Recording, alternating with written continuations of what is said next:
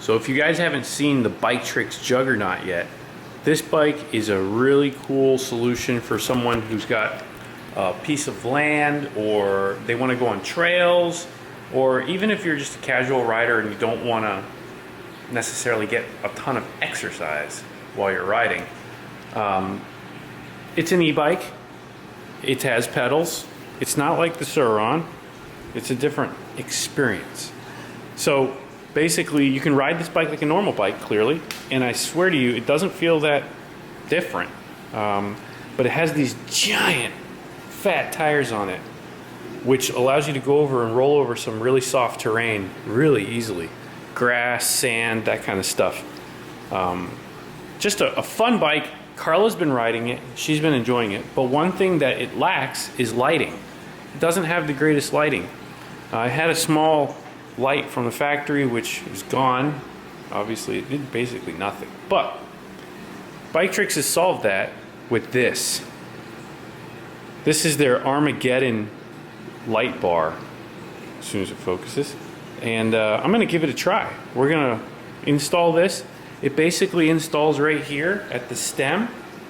There's a little bit of disassembly, but we're going to put this on and we're going to give it a try. We're going to see if we can bring some real light to this bike and make it much more adapted to night riding and just low light environments. So let's get going. Mounting is pretty simple. You just take the headset loose, which is typical, normal bicycle stuff. Take the headset loose here, take these bolts off, pull the handlebar off the stem, and then you mount the light down here, sandwiches down between these spacers. No problem. Tighten your headset first to get the tension back on, and then tighten your handlebars. So we've mounted it up. You can see the position is pretty good. And now we just have to wire it. It comes with a harness, real simple. It's going to wire right into the battery switch area. And the harness that it comes with is right here. So this is a pre-terminated little harness that will mount in here and then connect to it. Okay, so it's daylight out, so this test is going to be just a daytime test, I guess is the best way to put it. But I have this white wall right here. I'm going to use this snap-on light bar flashlight. It has a giant LED. See, it's pretty bright. Just to illuminate this wall. You can see it does so pretty well. And now I'm going to turn on, while I'm holding this, I'm going to turn on the Armageddon light. You can see the difference. Crazy. This light does nothing now. You can see I'm turning the snap-on light on and off, and you can't even tell. So this light is really bright. The camera is not going to do it justice clearly, but we'll take this out in the dark and see exactly how much light it's producing. Alright, so it's nighttime now. I brought the Juggernaut out so we can take a little ride and we can see how the light looks. Another thing that we got that I wanted to show you guys is we got a really handy little communication cable that plugs right into the harness for the motor. So you unplug the plug there and you plug this in its place and it connects with the laptop. I have the software already loaded up because I already did some modifications, but I can show you the basics here before we go for a little test, and you can get a better idea of what it can do for you. So if you get yourself one of these little cables, you can plug right in and you can actually go straight to all the settings and make changes. As you can see here, the throttle, you can adjust the starting voltage, the ending voltage, current, speed limit, all that good stuff. And I've already gone in there and adjusted what we have, maxed it out obviously, so you know how I am, and change all of these settings in order to maximize what you can get out of it. From the factory or an original configuration, the bike does about 20 miles an hour or so, something like that. And after we unlocked everything and cranked it up to the max, I'm expecting to see over 30. Originally, we unlocked the speed limiter, and that was good. We were able to get a lot more speed. But one thing that I noticed, aside from the speed, was that the throttle was very non-linear. So, like, you know, in a car, when you press the gas, you can feel it. You can, as soon as you touch the gas, you can feel the throttle activate. You can feel a change in response of the engine and accelerate smoothly.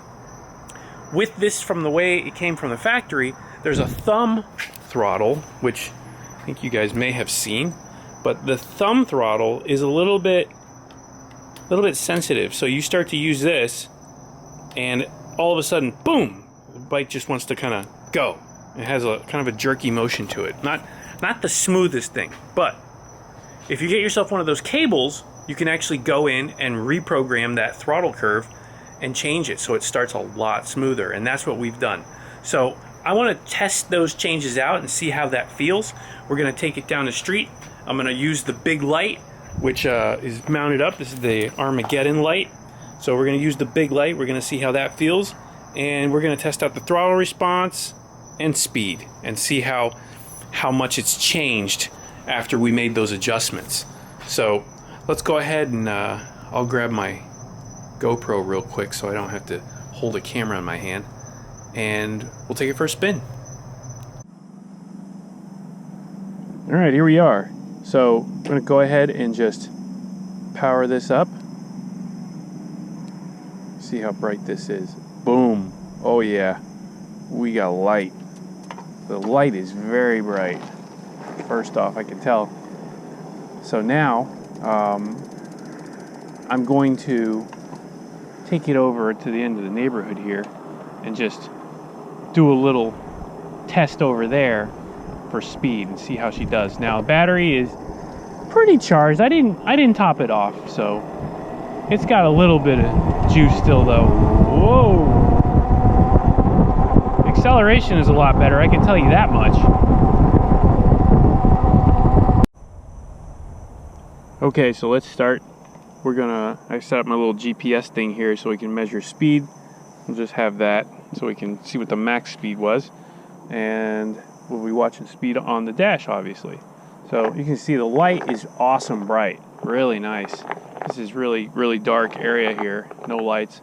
So I'm just gonna use the gear shift. Now, a cool thing about this thing is you can shift on the fly. It has a shift sensor, so when you push on the shifter, it will actually cut power for a split second while the gears shift. So you can stay on the throttle full and shift. So we're in the low gear right now. You gotta go through the gears to get to the top speed.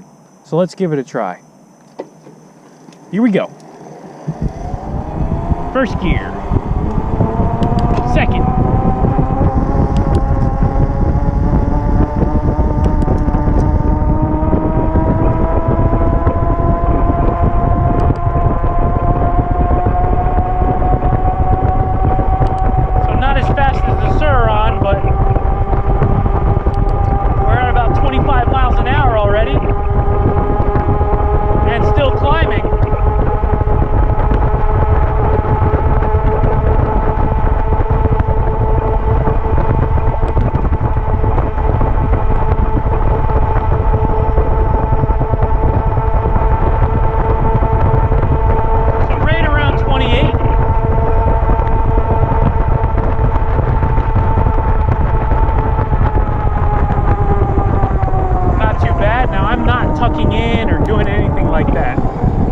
Just me, and I'm not pedaling either to assist it, so that's all throttle that's doing that.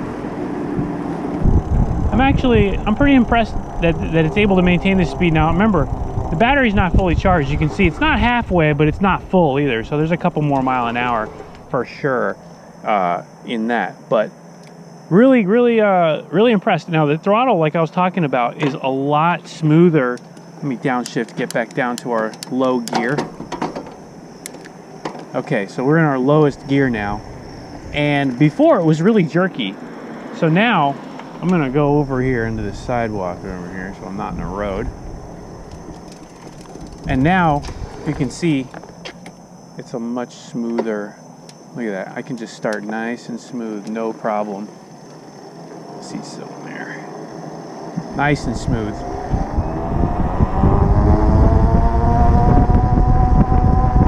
Next, we're gonna be doing in the next video of this, we're gonna be doing a range test. We're gonna see how far this thing goes on a full charge. So get ready for that. I wanna see if I can get Chris too to go with me, and we'll do a comparison heads up with his Juggernaut. He's got the Classic and I've got the HD. So I wanna show too a little bit of the climbing ability of this thing. You know, this is a really steep, there's not much hills here in Florida, but this is a really steep hill right here, and I'm going to attempt to go up this hill with a little bit of momentum because I don't want to tax it too much. This is not a super powerful bike, but I think it does have the ability to get up that hill. So let's find out. Get a little run on it. Here we go.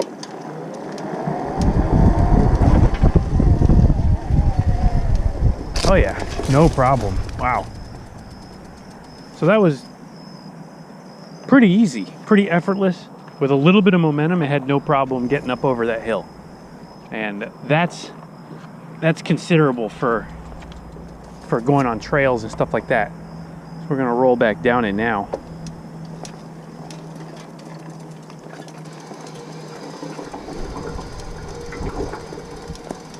There we go. No problem. So easily traversing all kinds of terrain, and those big fat tires, they make a big difference. So there it is, the Jug. Get yourself one if you're interested in like a real, I'm gonna call it a utility e-bike. That's a pretty sweet deal. Check out biketricks.com, get yourself one.